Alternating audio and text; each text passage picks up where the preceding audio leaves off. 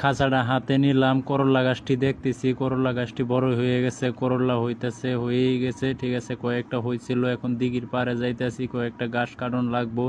কদম গাছের নিচে আইলাম। ঠিক আছে, কদম গাছের নিচে যাইয়া পেঁপে গাছটা পাড়া লাগছে, পেঁপে গাছটা একটু সোজা করে দিতেছি।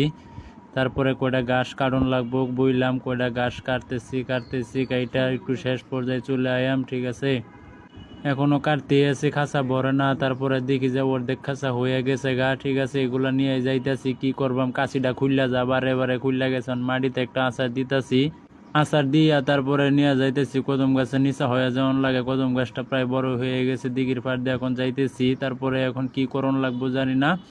তারপরে মনে হয়েছে যে গরুরে দেওয়ান লাগবো খাবার, কয়টা খের টানুন লাগবো, খের টাইনা মিশাইয়া দেওয়ান লাগবো, পলন লাগবো। এখন কয়টা খের পলবাম, পুললা তারপরে এইগুলো ঘাসের সাথে মিশাইয়া দেওয়ান লাগবো। কি আর করণ যাব, কষ্ট একটু করতেছি, করি, দেওয়া যাক।